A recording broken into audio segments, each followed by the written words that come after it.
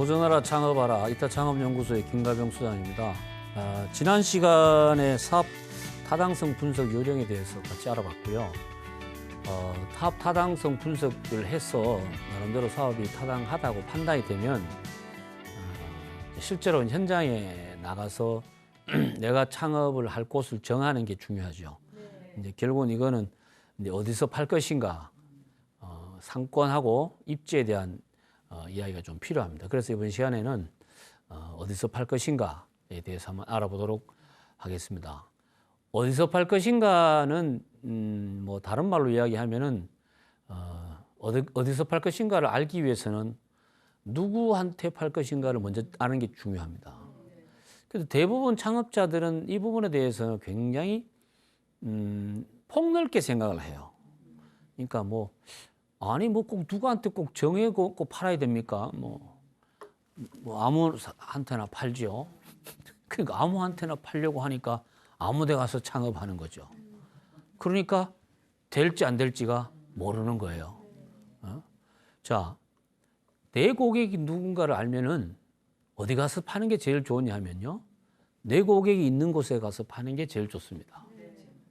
그게 없으면은 생각이 어떠냐? 무조건 사람 많은 곳에 가려고 해요.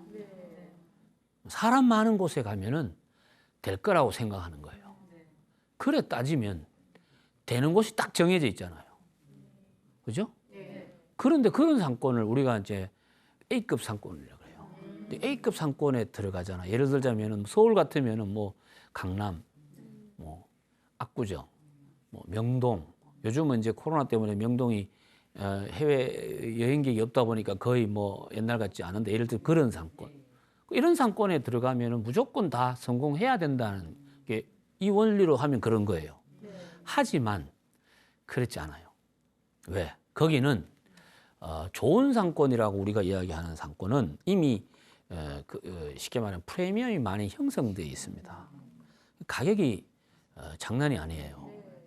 그러면 사업 타당성 분석할 때 제가 말씀드렸지만은 매출이 많이 나와도 비용이 많이 나가면 내가 가져갈 게 없잖아요. 그런 식의 상권 분석은 굉장히 쉽게 말하면은 아무 생각 없이 하는 거다. 실제로 강남 상권에 가보면요. 지금 코로나 이전에는 한 7시부터 보면은 차를 몰고 강남대로를 지나가면 좌우에 보이는 거는 새카만 머리밖에 안 보입니다. 정말로 사람이 많았어요. 와, 정말 많고 뒷골목 들어가면 또 난리도 아니에요. 근데 거기 매일 문 닫고 매일 문 열고 이게 반복이 됩니다. 다시 말씀드리면 망하는 집들이 계속 나오는 거예요. 그러면 그렇게 사람 많은 데서 왜 망하냐 이거죠. 그거하고 다른 문제라는 이야기예요. 그래서 나한테 맞는 상권이 제일 좋은 상권이에요. 나한테 맞는 상권이. 그런 상권을 찾으려면은 나한테 맞는 게 어떤 것인가를 내가 정해야 되잖아요. 그럼 저는 기준은 뭐냐? 일단 내 고객이 있어야 된다. 내 고객을 정하고 가서 내 고객이 있는지 없는지를 봐야죠. 없으면 거기는 아니에요. 없으면 아니에요.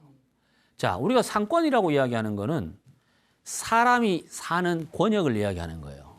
하는 권역. 크게 보면 대한민국을 글로벌하게 보면 대한민국이 하나의 상권이 될 수도 있죠. 그죠? 큰 비즈니스 하는 사람 하시는 분들을 보면 아프리카를 하나의 상권으로 봐요. 자, 우리 소상공인 소자본 창업에서는 그렇게 보면 안 되고 특정 지역이죠. 예를 들어서 똑같은 고객이 있는데 A 상권, B 상권, C 상권이 있는데 A 상권은 좋기는 좋은데 내가 들어가기엔 너무 비용이 부담이 세다. 그러면 거기하고 유사한 다른 B, C 상권을 가져가야 된다는 이야기예요. 자, 저는 이렇게 이야기를 해요. 서울에서 하기 힘들면 좀 지방으로 나가도 된다고 이야기해요. 나가도 된다. 꼭 서울에서 해야 될 이유는 없다는 거죠. 만약에 서울에서 할 형편이 되면 하면 되는데 그렇지 않으면 무리하게 여기 살 게 아니고 나가도 된다. 왜? 거기도 내 고객은 있다. 거기도 내 고객. 이런 관점에서 봐야 된다는 이야기예요. 봐야 된다는 이야기. 제일 좋은 상권은요. 독점 상권입니다. 최고의 상권은 독점 상권입니다. 와, 그냥 뭐 생각해도 막. 제가 아는 독점 상권 중에 하나가 지리산 노고단 산장의 매점입니다. 독점 상권이죠. 거기는 가격은 내 마음대로 정합니다. 마음대로. 그런데 그런 상권은 일반적으로 없습니다. 없어요. 독점 상권이라는 거는 참 어려운 거예요. 그래서 그 다음 좋은 상권은 뭐냐면은 경쟁이 약한 상권이에요. 제일 안 좋은 상권은 뭐냐면은 경쟁이 치열한 상권입니다. 예를 들어서 뭐 아파트 단지 입구에 그 상가가 있는데 10개 점포에 치킨집 10개 쫙 있어요. 예? 와, 그럼 저기는 도대체 들어가야 돼 말아야 돼, 예를 들자. 그럼 어떻게 판단해요? 예? 그러면 저는 그렇게 생각해요. 점포당 매출을 봐라 그래요.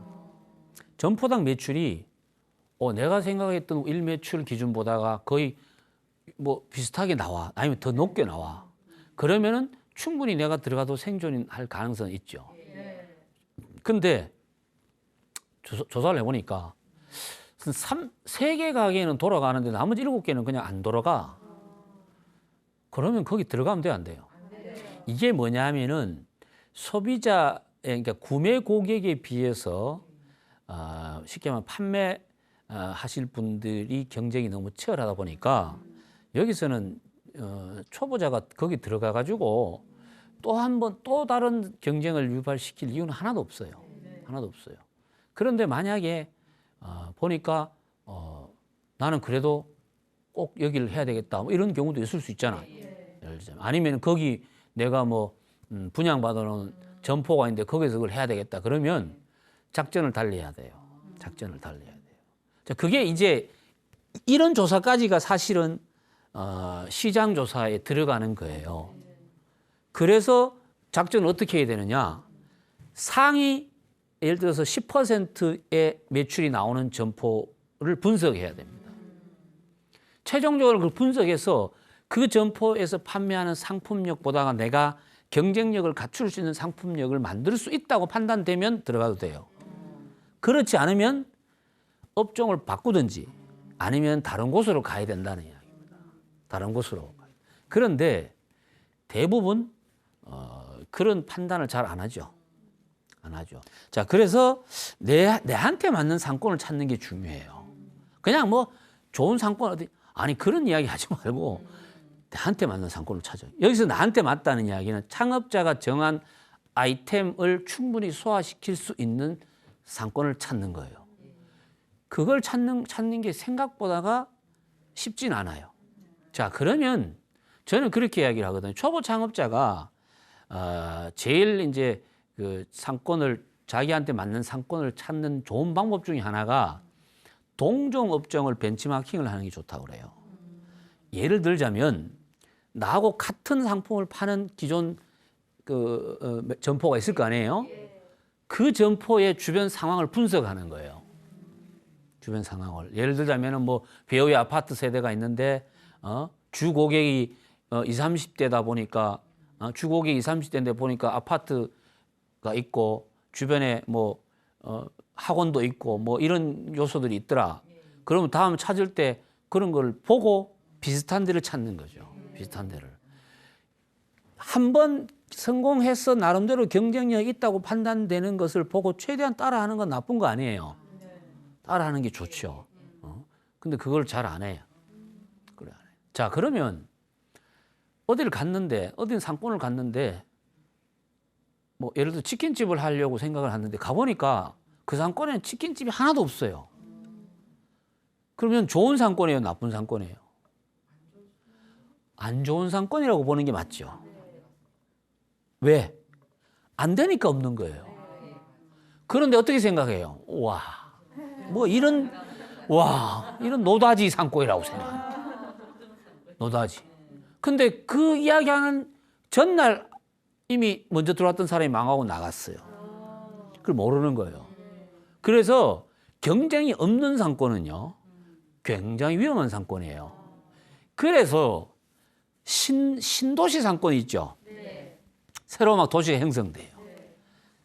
시니어 그 초보 창업자들이 시니어 연령대에 있는 초보 창업자들 특히 남자분들이 탐내하는 상권이 신도시 상권이에요. 새로 형성되는 상권이에요. 왜?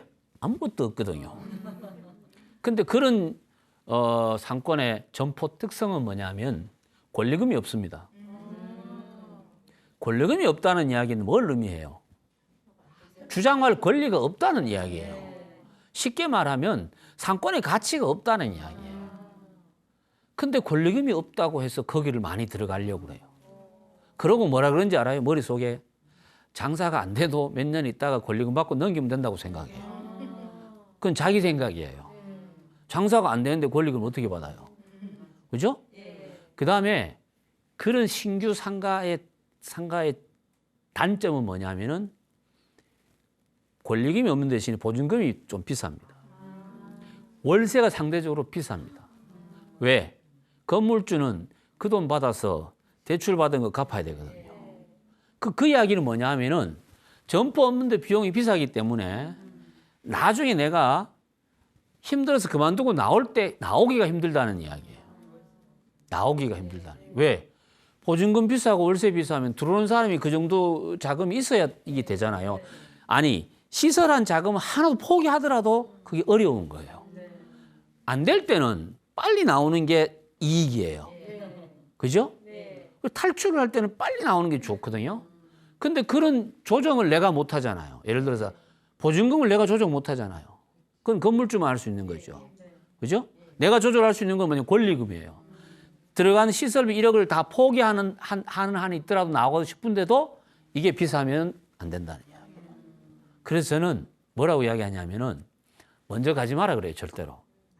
절대로. 그러고 언제 갑니까?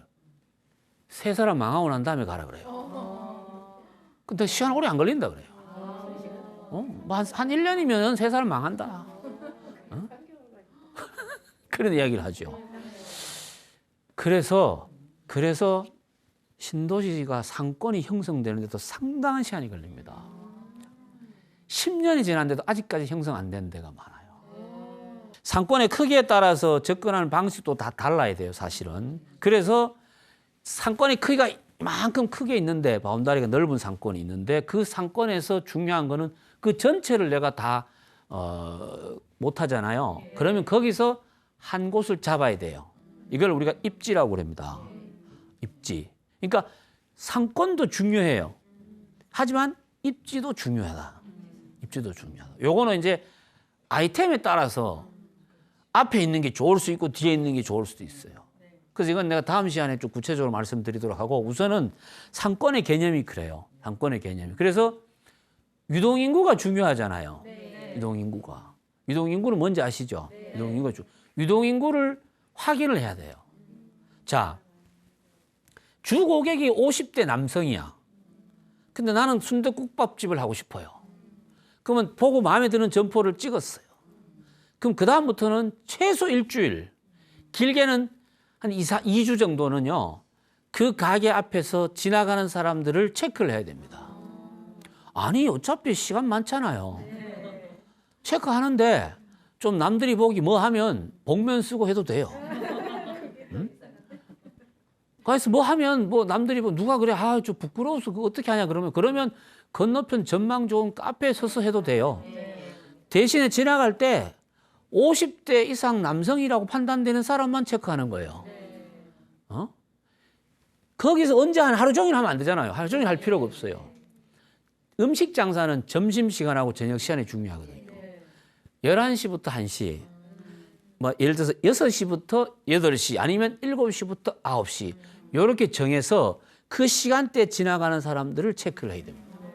자, 그렇게 해서 분석이 들어가야 되는 거예요.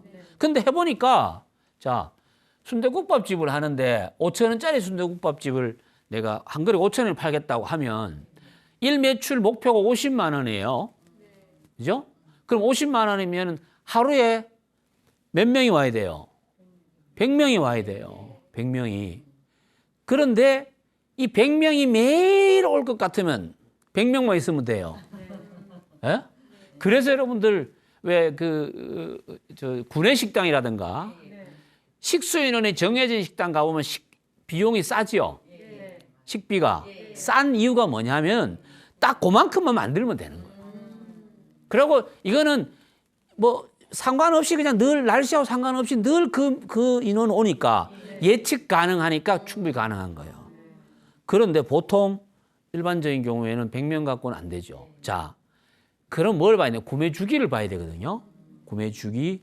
여러분들 베이커리는요, 조사의 결과에 의하면 구매 주기가 3.5회예요, 주. 그럼 일주에, 한 주에 한 3번 반은 빵집을 간다는 이야기예요. 내가 안 간다고 사람들은 안 갈 거라고 생각하면 안 돼요. 그럼 구매 주기가 빠르죠.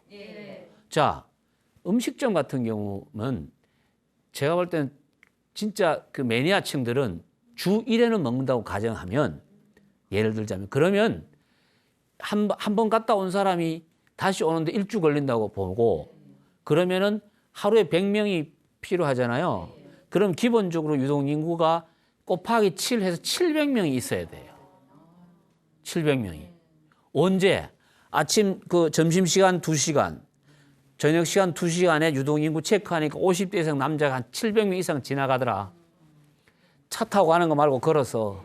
그럼 굉장히 좋은 상권이에요. 굉장히 좋은. 그런데 절대 700명 이상이 안 나와요. 저는 그래서 50% 수준까지는 봐야 된다는 이야기예요. 근데 막 100명밖에 안 지나가. 그러면 거기는 좋은 상권인데도 그 입지는 나한테 안 맞는 입지예요. 그 점포가. 그럼 거기는 안 가야죠. 그죠? 근데 이 분석을 합니까? 안 합니까? 안 하죠. 해야 되는데 안 합니다. 안 합니다. 제발 이런 거 시키지 마세요, 남한테. 전문가들한테, 이거 저한테도 가끔 전화 와요. 좀 분석해 달라고. 내가 혼을 내줍니다. 왜? 아니, 본인이 해야죠. 그러고 저한테 시키면 저도 안 갑니다, 거기. 안 가고 보고서 만들어 줄 수 있어요. 다 그렇게 해. 내가 그래서 그러니까 본인이 하라 그러죠. 본인이. 아니, 개인이 돈도 없는데 그런 것까지 돈 쓰려고 하면 안 되죠. 그죠? 당연히 자기가 장사할 곳에 자기가 가서 자기가 하긴 해야지. 내가 막 기본이 안 돼 있다고 막 뭐라 그러는데 그걸 해야 돼요. 그리고 그런 거를 기본적으로 하고 나서 판단되면 가야 돼요. 그 다음에 창업의 4가지 요소 중에서 상권은 뭐냐면은 일종의 장소에 들어가잖아요. 4가지 요소가 아이템, 자금, 그다음에 운영자, 사람이 있어야 되고, 그다음에 판매할 장소가 있어야 돼요. 이 장소가 중요한 게 뭐냐면 일단 소비성이 있어야 돼요. 그게 뭘로 측정하느냐? 유동량으로 측정을 해요. 일반적으로 유동량이 많은 데는 소비성이 있다고 봐요. 다만 여기서 내 상품의 소비성이 있느냐 없느냐는 다르게 봐야 되죠. 그죠? 그거를 일일이 다 확인하기 되게 어려워요. 그래서 저는 기본적으로 내가 정한 고객층이 있는지 없는지를 보는 게 중요하다고 아까 말씀드리는 게 그거 여기 소비성이에요. 그다음에 가시성이 있어야 돼요. 뭐냐면 잘 보여야 돼요. 잘 보여야 돼요. 아무리 아이템이 뭐 상관없지만 일단 안 보이는 것보다 잘 보이는 게 나아요. 그죠? 그다음에 중요한 건 뭐냐면 접근이 용이해야 돼요. 잘 보이는데 가기가 어려워. 미치는 거예요. 미치는. 그래서 우리가 아파트 입구에 들어가는 아파트 단지 입구 들어가는 길이 보통 보면은 뭐 2차선이잖아요, 이렇게. 그런데 출근할 때 퇴근할 때가 다르잖아요. 사람들의 움직임이. 출근할 때 필요한 상품을 파는 데는 나올 때 오른쪽으로 많이 내려오더라. 그러면 그쪽에 점포가 있는 게 맞아요. 퇴근할 때는 이쪽으로 다 올라가더라. 그러면 건너편에서 하면 이 사람들이 건너올 것 같죠? 안 갑니다. 그런데 만약에 여기밖에 없다 그러면 아휴 이러면서 건너가겠죠. 그런데 바로 옆에 동종 나하고 경쟁 점포가 이쪽 라인에 생겨버리면 나는 고사당하는 거예요.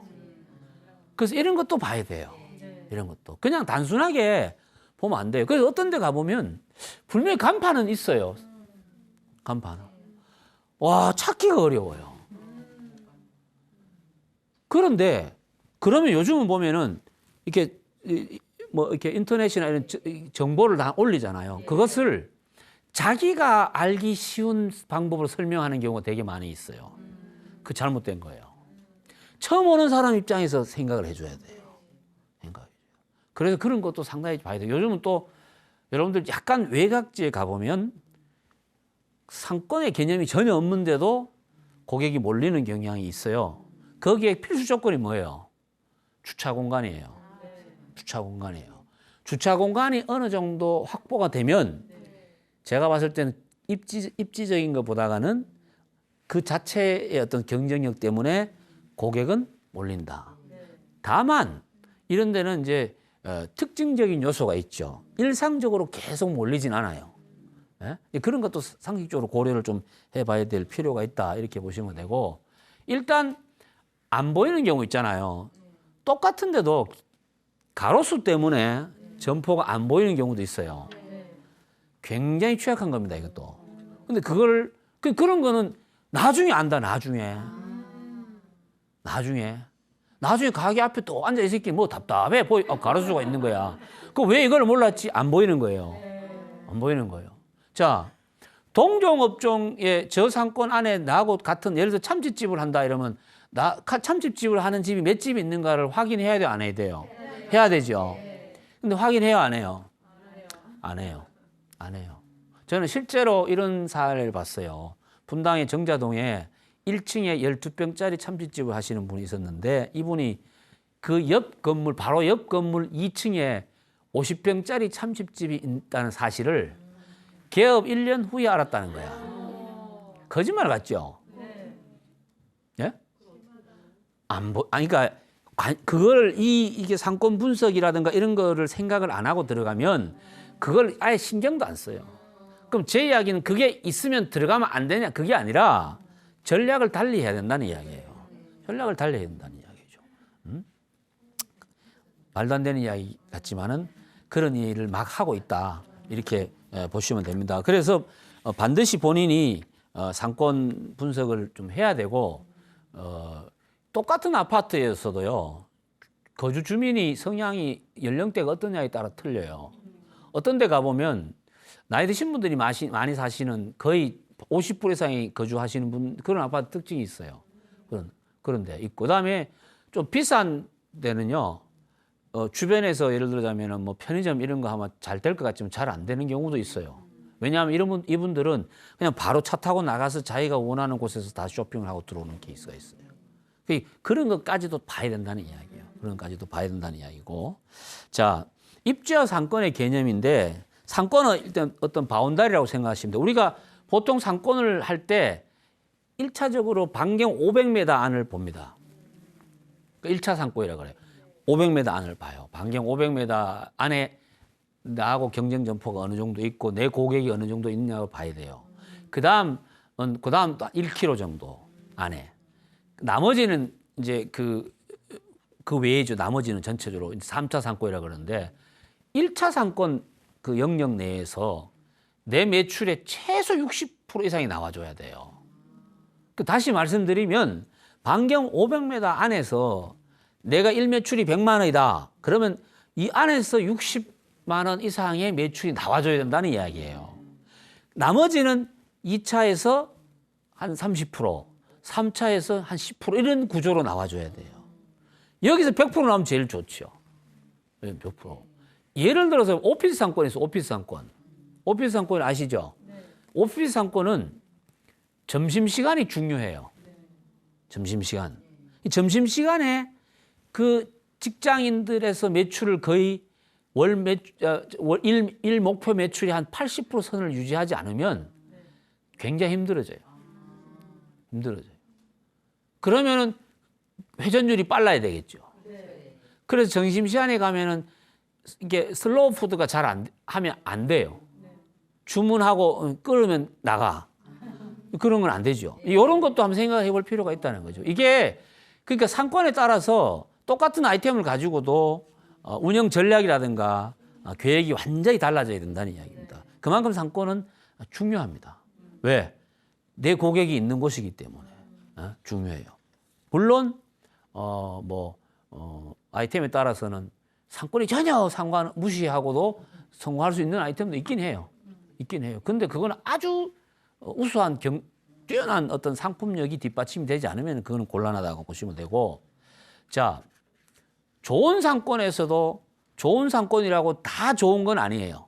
그러니까 상권하고 입지는 그렇게 다르다는 이야기예요. 이 영역 안에 바운다리라고 그러면 상권은, 입지는 그 포인트를 이야기하는 거예요. 포인트를. 어디냐에 따라서. 그죠? 그게 다 다르다는 이야기죠.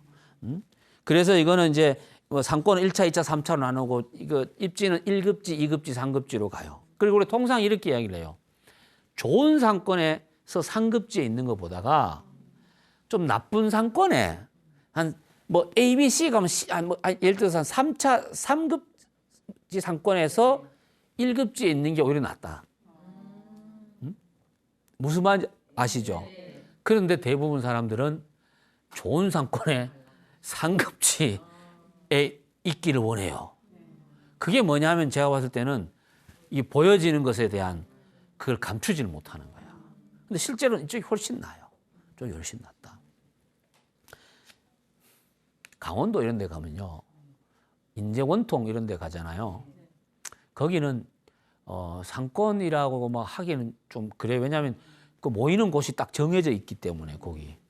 상권이 여러 개 있는 게 아니에요. 근데 우리가 봤을 때는 거기 가면은 매출이 월 매출이 그때 어떤 칼국수집 하는 여사장이 혼자 하는데 매장은 한 30평 정도 돼요. 근데 매출이 500만 원이에요. 월 매출이. 네, 월 매출이 500이에요. 그러면 상식적으로 생각하면 그거 망해야 되거든요. 그런데요, 아주 행복하게 장사를 잘하고 계세요. 아니에요. 자기 건물 아니에요. 월세가요, 30만 원이에요. 그러니까요. 그리고 사람이 많이 없어요. 많이 없기 때문에 몰려 안 와요. 몰려 안 오니까 혼자 할 수 있는 거죠. 그 이게 상권이라는 게 그런 특성들이 있다는 거예요.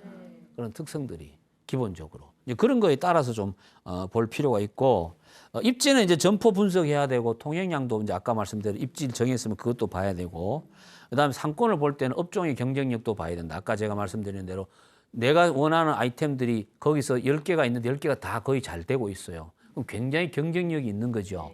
그러면 내가 다시 들어가도 충분히 생존 가능성이 있다는 이야기예요. 이런 부분을 또 분석을 해야 되고, 이게 결국 뭐냐면은 구매력을 분석하는 거죠. 구매력을.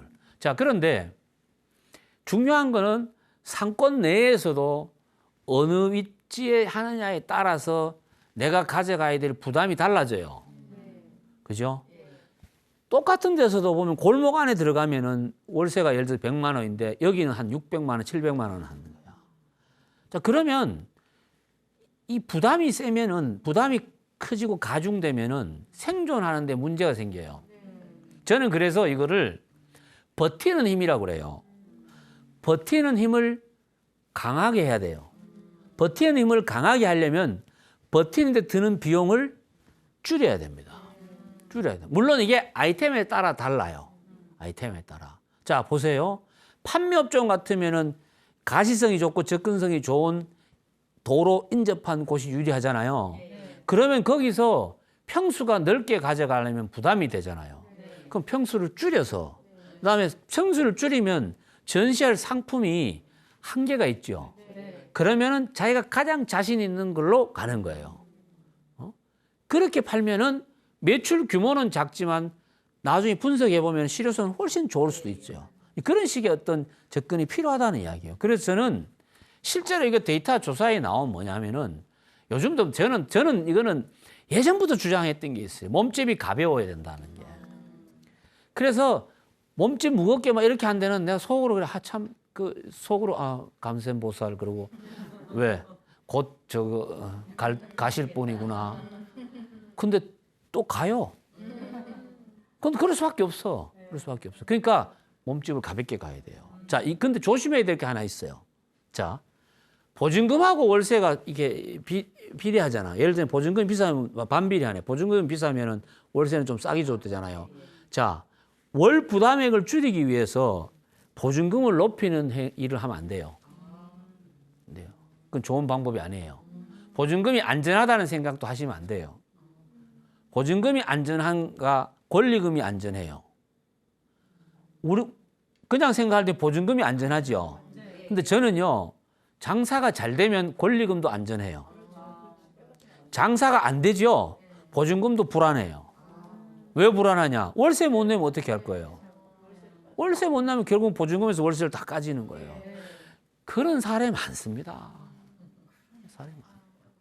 그런 사례 많아요. 그러니까 항상 그런 부분들을 생각을 하고 이거 상권을 봐야 되지. 무조건 뭐 좋은 상권에 폼나게 멋있게 하려고 그러고 나는 10평만 하면 되는데 그래도 뭐 가오가 있지. 내가 그래도 장사하는데 이게 뭐고 이래가지고 40평짜리 없고 이래가지고 3개월 뒤에 문 닫고 그러면 안 좋죠. 자, 권리금이 있는 거하고 없는 거하고 어떤 게 좋아요? 있는 게 좋죠. 권리금이 있는 상권에서 점포를 권리금 안 주고 들어가는 게 제일 좋죠. 쉽지 않죠. 근데요, 그런 일이 없다고도 못합니다. 충분히 있을 수 있어요. 중요한 거는 내가 급하니까. 자, 창업자는 계획 딱 세워놓고 이제 어떤 분은요, 아이템 정해놓고 바로 그냥 점포부터 알아보러 다녀요. 나는 왜 그 짓을 하는지 모르겠어요. 어떤 분은 이미 점포를 구해놓고 거꾸로 맞춰서 갑니다, 이제. 굉장히 바보 같은 짓이에요. 자, 예를 들어서 상가 분양을 받았어요. 내가 장사를 해요. 그러면은요, 그 상권에 그 점포를 기준으로 아이템 분석이 들어가겠죠, 이렇게. 근데 마지막으로 결정해야 될 게 뭐냐면 그 아이템하고 나하고 안 맞으면 나는 그것을 하면 안 돼요. 진짜입니다. 근데 우리는요, 그거 무시하잖아요. 무시하는 거예요. 순서는 뭐냐면은 내가 할 거를 정해놓고 가는 거예요. 정해놓고 가는 거예요. 저는 그렇게 생각하는 게 권리금은 없는 것보다 있는 게 나아요. 권리금이 있는 게 낫고 권리금이 없는 거는 상대적으로 다른 비용이 비싸기 때문에 그다음에 여기는 장담을 하기 어렵잖아요. 일반적으로 권리금 받는 거는 세 가지예요. 세 가지 권리금은. 우리가 얘기하는 바닥 권리금이 있고요. 그다음에 영업 권리금이 있고 시설 권리금이 있어요. 바닥 권리금은요. 예전부터 내려오던 그 바닥의 권리. 그 신도시에는 바닥 권리금이 없죠. 예전에 아무 바닥도 아니었으니까. 그 바닥 권리금이 있어요. 명동 같은 데는요. 점포가 적어도 기본적으로 내려오는 권리금이 있어요. 옛날에. 그런데 영업 권리금은 뭐냐면은 동종업종으로 들어갈 때는 영업 권리금을 주고 들어가는 게 맞죠. 예를 들어서 내가 여기 치킨집을 하려고 하는데 기존에 잘 되던 치킨집을 인수한다. 그러면 당연히 거기서는 영업 권리금을 요구하겠죠. 근데 그거 얻어가지고 옷가게 할 것 같으면 영업 권리금 줄 필요 있어 없어요? 없죠. 없어요. 그거 생각하셔야 되고 이 권리금이 어떤 종류의 권리금인가를 내가 보고 판단해야 돼요. 시설 권리금은 뭐냐면은 저 시설을 그대로 내가 써요. 계산해 보니까 저 시설 그대로 하는데 한 이 정도 5천만 원 들 것 같아. 근데 권리금이 시설 권리금이 뭐 1,500이야. 그러면 충분히 검토를 해볼 필요가 있다는 거죠. 검토를 해볼 필요. 그런데 그렇게 하려면 동종업종의 유사업종에서 활용 가능한지 아닌지를 판단해야 되잖아요. 근데 그런 걸 안 해요. 여러분들 있잖아요. 어떤 분들 보면 답답한 게 옷가게 인수해가지고 식당 오픈해요. 그런 비용이 엄청나게 많이 들어요. 추가 비용들이. 그런 걸 나는 그거 어떻게 해야 돼요, 그거 어떻게 해야 돼요? 말도 안 되는 경우 되게 많아요. 그런 걸 좀 잘 보실 필요가 있고요. 매출이 낮더라도 수익률이 좋은 거는 의외로 예를 들어서 점포 비용도 싸고 하기 때문에 그런 일도 생길 수 있어요. 그래서 저는 반드시 나중에 저 집 점포를 분석할 때 뭘 분석해야 되냐면은 저 집이 수익이 어느 정도인가를 파악을 해야 돼요. 장사 잘 되는 거 안 되는 거 파악할 필요가 없어요. 예를 들어서 기존 점포를 인수할 수도 있어요. 기존 점포 인수할 때는 철저히 분석을 해야 됩니다.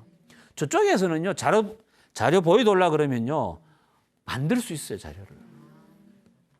그리고 상식적으로 잘 되는 가게는 절대 안 팔아요. 잘 되는 가게를 파는 사람은 정신이 이상한 사람이에요. 그죠? 그런데 그걸 합리화시키기 위해서 거짓말을 하죠. 갑자기 이사를 가게 됐다. 멀쩡한 와이프가 지금 뭐 암 말기다. 그 와이프 아직 살아 있어요. 이민 가야 된대. 지금까지 살고 있어요. 근데 그것도 넘어가요. 저는요, 그런 거는 분석이 들어가야 돼요. 뭐냐면은 최소한 일주일 있잖아요. 일주일 동안 음식점이다 그러면은 메인 시간대에 가가지고 손님이 들어가고 나가고 파악을 해야 돼요. 어렵지 않습니다, 그거. 어렵잖아요. 그러면 정확하게 알 수 있어요. 정확하게 알 수 있어요. 근데 기본적으로 아까도 말씀드렸지만은 그런 생각을 가지고 잘 되는 집을 저는 반대로 있잖아요. 장사 잘 되는 집을 인수하면 절대 잘 못해요. 제일 좋은 게 뭔지 알아요? 제일 좋은 게 입지 괜찮고 상권 괜찮고 아이템과 입지의 연관성도 나쁘지 않은데 운영자가 잘못 운영해서 안 되는 형태. 그게 최고입니다. 그게 최고입니다. 근데 정말로 그 연기력이 뛰어난 배우처럼 운영 능력이 뛰어난 CEO가 경영자가 운영한 점포는 절대로 인수하면 안 됩니다. 왜? 그 이상 하기가 어려워요. 하기가 어려워요. 그런 것도 참고적으로 알아두실 필요가 있어요. 자, 직접 그 고객을 통해서 매출을 발생시키는 점포 형태에서는 상권은 매우 중요합니다. 매우 중요해요. 그러려면 반드시 본인이 가서 확인을 해야 됩니다. 본인이 반드시 가야 되고, 물론 도와주시는 분들 있죠. 부동산 하시는 분들 도움을 받아가지고 반드시 그 점포의 현장에 직접 들어가 봐야 되고, 그 전체를 골목골목 다 돌아다녀 봐야 돼요. 알아요? 저는 내가 하는 일이 그거다 보니까 저는 시간 날 때마다 어디 가서 뭐 지방이 같은 데 이런 데 가잖아요. 가면 시간 날 때마다 그 주변을 다 골목골목 가봅니다. 그거 재밌어요. 그게 재밌어요. 보면 보여요. 이렇게 보여요. 반드시 본인이 좀 가봐야 되고, 아무리 좋은 상권이라도 내가 가지고 있는 자본 가지고 하기 힘든 상권은 내 상권이 아니라고 생각하시면 돼요. 무슨 말인지 아시겠죠? 어디로 가야 돼요? 내 자본으로 할 수 있는 상권으로 가야 됩니다. 절대 무리해서 가면 안 된다는 말씀드리고, 아이템이 맞는 상권이 좋은 상권이고, 경쟁 점포 수가 적은 상권이 좋은 상권이요. 추가 유입이 어려운 상권이 좋은 상권이죠. 자, 여러분들 상가형 상권 있죠. 상가형 상권 이런 데 가보면 상가가 정해져 있죠. 개수가. 그러면 거기에 예를 들어 이런 백화점 같은 데는 물론 이런 건 있어요. 백화점은 층별로 판매하는 아이템이 성격이 비슷하죠. 그리고 업체도 이렇게 영역을 딱 만들어 가지고 딱 정해져 있죠. 여기는 추가로 뭘 하기가 쉬워요, 어려워요? 어려워요. 예를 들자면 그런 상권은 좋은 상권이에요. 추가율이 어려운 상권이. 그래서 다리를 건너서 이렇게 아파트가 이렇게 있어요. 다리 이쪽은 물론 나올 수는 있지만 다른 상권이라고 보거든요.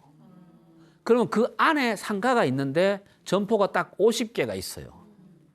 그러면 거기는 들어갈 때 상식적으로 그 주변 거주하는 사람들한테 필요한 아이템이 나름대로 배분돼서 들어갈 거라고요. 기본적으로. 그래서 딱 들어가 있으면 동종 업종이 나가고 들어오고는 괜찮은데 또 추가로 뭐가 들어오긴 되게 어렵잖아요. 물리적으로. 이런 상권은 좀 안정적인 상권이라 그래요. 우리가 이런 걸 이제 항아리 상권이라고 이야기해요. 항아리 상권. 굉장히 좀 안정적인 상권이라고 보면 되죠. 자, 여러분 보세요. 서울에서 여의도 상권이라는 게 있어요. 물론 이제 뭐 교통이 편리해가지고 지하철로도 막 가고 이래갖고 나가지만 여의도 상권은 여의도 나름대로 특징이 있어요. 왜 그 안에 물론 이제 워낙 규모가 커가지고 상가도 짓고 또 뭐 이렇게 변화가 있지만은 전체 큰 의미에서 보면 거기도 일종의 항아리 상권 개념이 있어요. 예? 그리고 거기 주로 몰려 있는 업종이 뭐예요? 금융업이에요. 그리고 여기는 토요일, 일요일 날 근무를 안 해요. 그 평일에 많던 사람이 토요일, 일요일 되면 없어져요. 그래서 어떤 분들은요, 일요일 날 쉬기 위해서 그 상권을 선호하는 경우도 있어요. 거의 일요일 날은 가면 전체 중에 한 10%만 영업을 하지 거의 영업을 안 합니다. 영업을 안 합니다. 그 이유는 어차피 하루 쉰다고 하면 그날 쉬는 거죠. 그래서 그렇게 가는 경우도 있고, 그다음에 이제 뭐 일요일 날 꼭 어디 가야 되시는 분들 있죠? 그런 분들은 일부러 그쪽을 선호하는 경우도 있다. 그래서 상권은 나름대로 특징이 있어요. 그래서 보기 좋은 상권보다가는 실속이 좋은 상권이 좋아요. 실속이 좋은 상권, 실속이 좋은 입지가 좋다는 이야기예요. 와, 보기엔 되게 화려한데 안에 가보면 별로야. 근데 겉으로는 보면 상권이 별로 여기 뭐 있나 싶은데 사람들이 보면은 알찬 이런 데들이 있어요. 이런 데들이. 그런 것도 참고적으로 한번 보실 필요가 있고요. 상권은 계속 변해요. 계속 변합니다. 거기에 맞춰서 가야 돼요. 상권은 계속 변한다고 보시면 되고, 점포 계약할 때, 점포 계약할 때 반드시 봐야 될 게 있어요. 뭐냐면은, 그 등기부 등본 확인해야 되고, 도시계획 확인원도 봐야 돼요. 저기 이런 경우 있습니다. 아니, 갑자기 점포가 권리금도 있던 데가 권리금도 없이 막 점포를 내놓고 이랬어요. 그런데 뭔가가 문제가 있다고 봐야 돼요. 그러고 나서 좀 있으면 건물이 헐려요. 근데 그걸 이야기를 안 하죠. 나가는 사람은. 그런 걸 참 반드시 봐야 돼요. 반드시 봐야 돼요. 그래서 이거 반드시 확인하고 들어가는 게 좋고, 그 다음에 건물주, 그러니까 그 점포 주인의 성향도 봐야 돼요.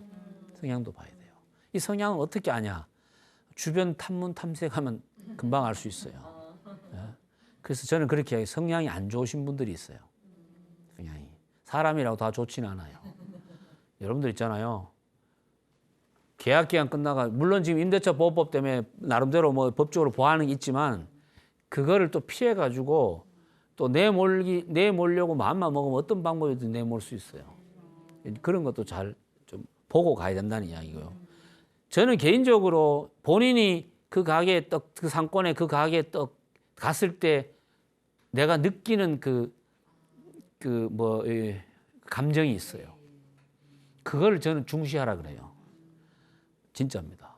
저는요, 어떤 그 가게 이렇게 컨설팅 같은 데 가면은 딱 들어가면 어떤 데 가면 몸에서 닭살이 쫙 돋아요. 닭살이. 그래서 물어보면은 뭐 안 좋은 그런 것들이 분명히 있어요. 저는요, 왜 이야기를 하냐면은 그 기운이라는 게 있거든요. 그걸 내가 통제를 할 수 있어야 됩니다. 여러분들 매일 망해서 나가는 집들이 있는데 어떤 사람이 와서 대박을 낸 사례가 있어요. 저는 그걸 가지고 분석해 보면요, 파는 상품도 그렇게 뭐 특별한 것도 아니에요. 근데 뭐냐면은 이 사람의 기운이 그곳을 잡는 거죠. 자, 이거를 내가 말씀드린 이유는 한 가지예요. 절대로 남 시키거나 쉽게 하려고 하지 말고 반드시 본인이 가봐야 됩니다. 가보면은 답이 나와요. 내가 내 가게를 갔는데 지하철에서 내려서 걸어가 보니까 힘들어.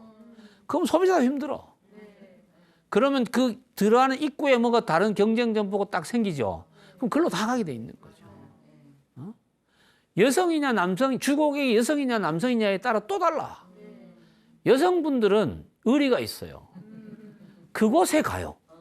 내가 정한 그 집에. 남성분들은요, 가다가 대체 상품이 글로 다 가버려요. 진짜예요. 남성분들의 특징은 그래요. 그래서 여성분들을 주 고객으로 하는 것 같으면 그런 걸 감안해서 예를 들어서 여기 비싼 여기보다는 약간 저쪽에 싼 것도 나쁘지 않다는 이야기죠. 근데 주 고객이 남성이다 그러면 이쪽으로 오는 게 맞죠. 그런 특성들이 있다는 겁니다. 되게 쉬운 것 같지만요, 이게 되게 복잡하고 어려워요. 복잡하고 어려워요. 하지만 기본적으로 사람이 많다고 반드시 좋은 상권은 아니고 사람이 없다고 나쁜 상권도 아니고, 그럼 어떤 상권이 좋은 상권이냐? 결론은 그겁니다. 뭐냐? 내 고객이 있는 곳. 더 구체적으로 말씀드리면 나한테 이득을 주고 싶어 하시는 분들이 많은 곳. 그것이 나한테 맞는 최상의 상권이에요. 그리고 그분들이 내 것을 구매하기 위해서 쉽게 보고 쉽게 올 수 있는 곳. 그것이 최고의 입지죠. 최고의 입지죠. 그런 것을 감안해서 봐야 돼. 근데 이것은 아이템에 따라 다 달라요. 아이템에 따라 다 달라요. 그래서 요 내용은 다음 시간에 한번 좀 구체적으로 알아보도록 하고요. 지금까지는 제가 이렇게 그냥 좀 큰 틀에서 상권에 대한 개념하고 입지 선정에 대한 기본 내용을 좀 여러분들하고 알아봤고요. 다음 시간에는 상권은 아이템에 따라 다르다.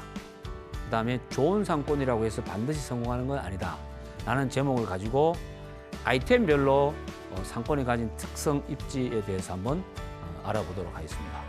이번 시간 이것으로 마치겠습니다. 고맙습니다.